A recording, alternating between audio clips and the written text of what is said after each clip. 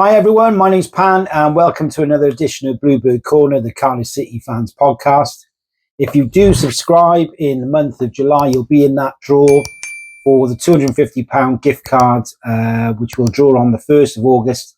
We've had 20,000 views already in just a few weeks of running, so thanks very much for all your support.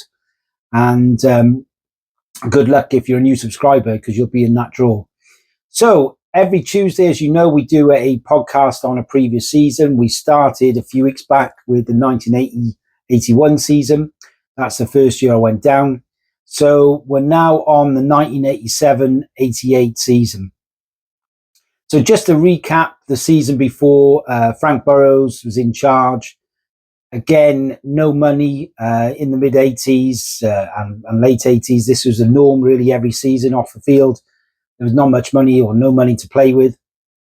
So Frank did really well to stop the rot because, as you probably have heard in the previous podcast, we went down from the old Division 2 to Division 3, and then from Division 3 to Division 4, which is now obviously League 2. So this was a really bad time for us, and fair dues to Frank. You know, very experienced manager, and he was able to find a few gems that gave us a respectable sort of 13th position in Division 4. So yeah, we went into the 87-88 season again with little money to play with, but Frank, again was really working hard to improve the squad. Again, we lost some players that probably wanted to keep, especially young goalkeeper Mel Rees, the Welsh Valleys keeper. I think he was only 17 when he made his debut for City, and he'd only been there a season or less. And he was sold to Watford for 100,000. Alan Rogers, the left back, ex-Portsmouth, he retired. Andy Kerr, the defender, was released, along with central defender Phil Brignall. And Chris Marustic, the former Jack, he retired after considerable ankle pain. And Nigel Vaughan, who was signed from Newport County, as some of you may remember, probably weighed 6 stone soaking wet. Fantastic little midfield player.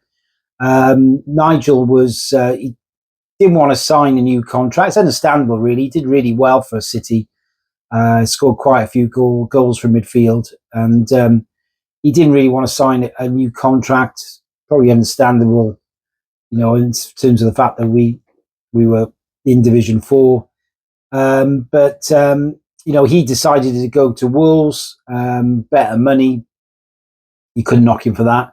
But we only got 12,000 for Nigel Vaughan, believe it or not, for signing there for Wolves. So, again, outgoings, Frank was given a little bit of money to play with from the money we brought in. So he made Nigel Stevenson, who was on loan from Swansea, that was a permanent signing, the central defender. Brian McDermott came in from Arsenal, now age 64. He played 51 games for City, and he had a successful career managing Reading, and is now director of football of Hibs. So just in case you don't know, and I know I've already gone straight into it, I'm bringing up players now that have signed for the club pre-season 87-88, and just sort of giving a little background and maybe some information about what they're doing now. So Mark Kelly, the midfielder, left-side midfielder, he was signed from Shrewsbury. He's now age 58. Midfielder was born in Blackpool. He played 105 games for City, scoring 2 goals before joining Fulham. Mark lives in Blackpool now, and he runs a sign-making business. Then we signed Phil Bater, the right-back, signed from Brentford. Phil was born in Cardiff and played most of his career for Bristol Rovers. He made 76 appearances for City, the former Welsh under-21 international. Last job was managing non-league Mangersfield in 2022. And one of the jewels of a signing that Frank made, he already had an eye for good play, was a guy called Jimmy Gilligan.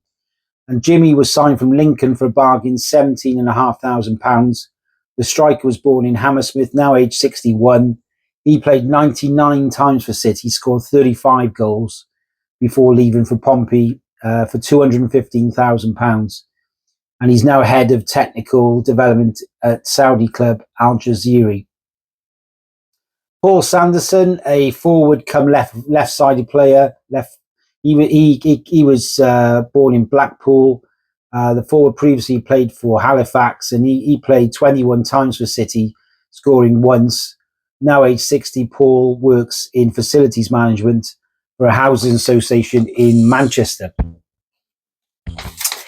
And so City did, as I said, from the beginning of the season, we, as fans during that time, we didn't have much money to play with, as I said.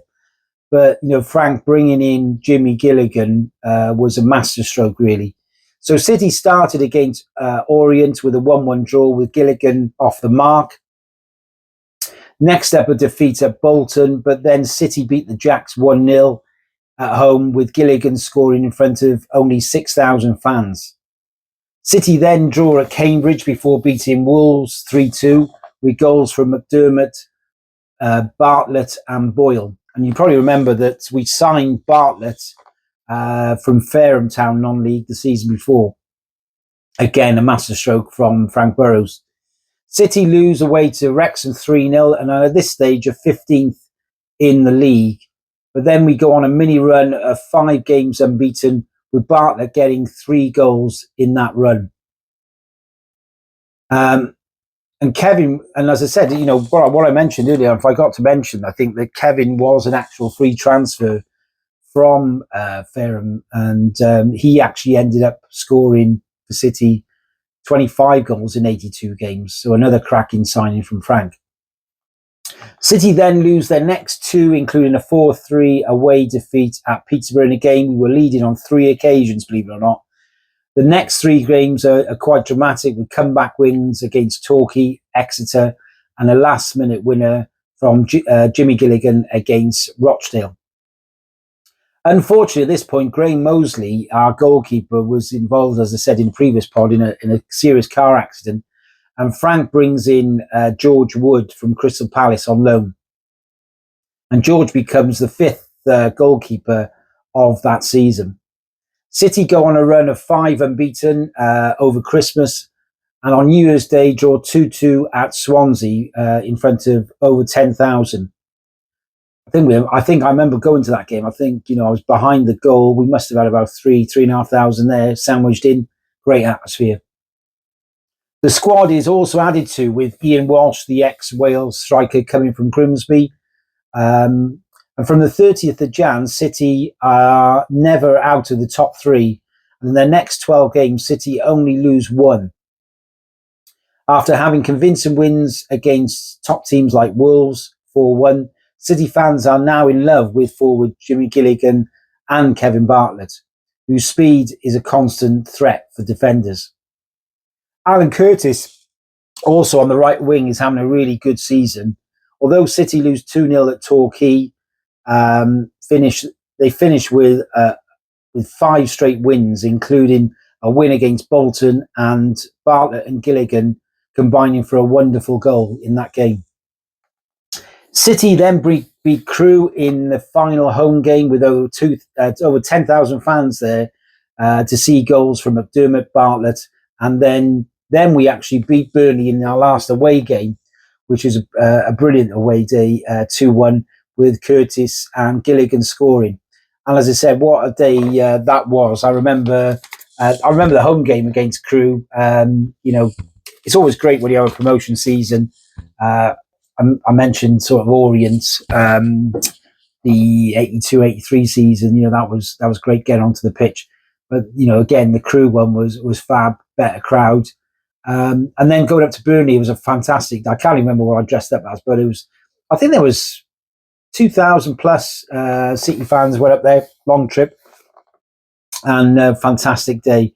So what an achievement there, for Frank Burrows there, who didn't have any real money to play with. I mean, 17.5 grand for Jimmy Gilligan.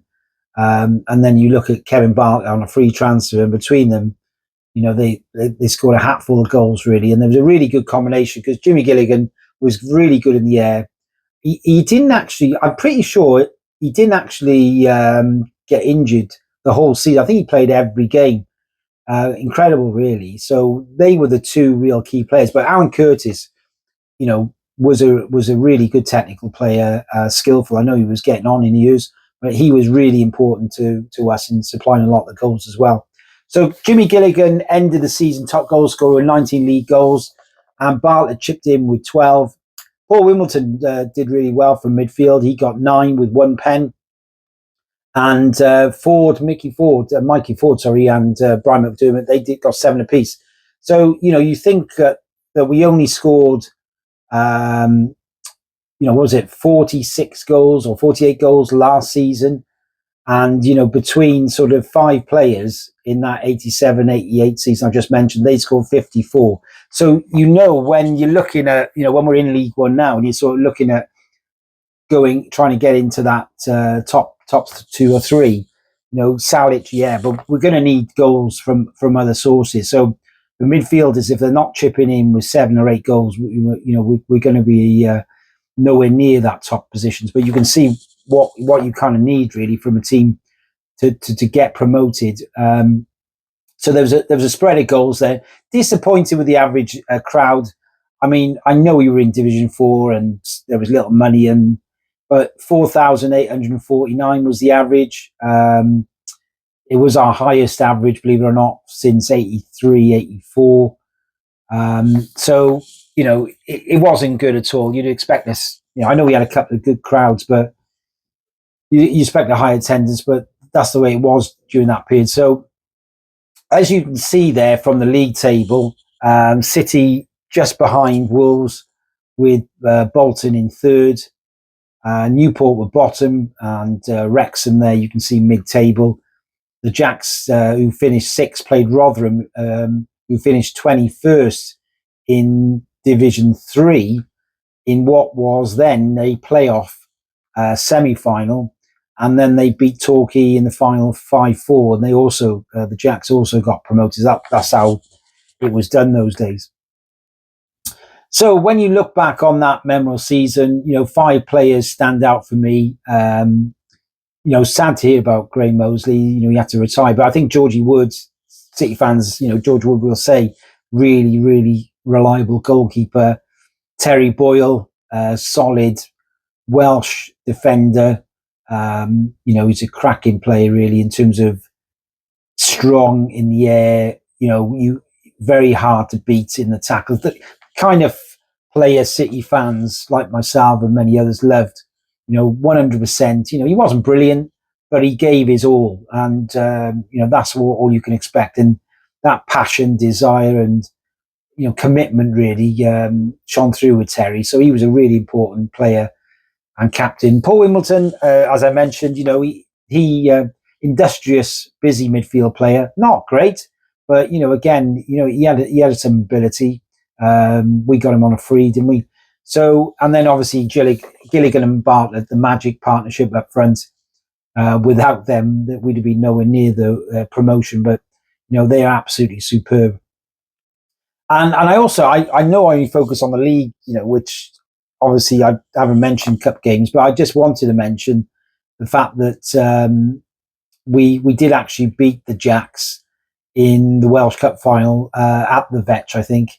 And as I said, that was unbelievable atmosphere, unbelievable. I felt like I was in it was like we were all penned in. I remember getting in the ground in the way, and I don't know if some of you can tell me, but got through the turnstile, and then there was 2 sides, and I had to climb over this massive fence. I was inside on the terrace, but I had to climb over this massive fence to get on the other side. Really weird as I remember it, but there were fans everywhere hanging off the fences. It was chaos up there that day, but there's some really top boys that game, and the atmosphere was out of this world. So that was, as I said, I don't only mention the cups, but I thought I'd mention that. So that was the 1987-88 season. Fantastic, to get promoted. Frank Burrows, an absolute legend down the city with City fans. City fans, the songs we used to sing about Frank. real passion, Frank Burrows. He had a real eye. He knew exactly the type of player needed, the type of player that was what the fans wanted to see. So, he was the most important signing for us, Frank, to get us out of that league. So, yeah, thanks for listening, Bluebird Corner, for the 87-88 season. And we'll be seeing you next Tuesday for the 88-89 season. Take care.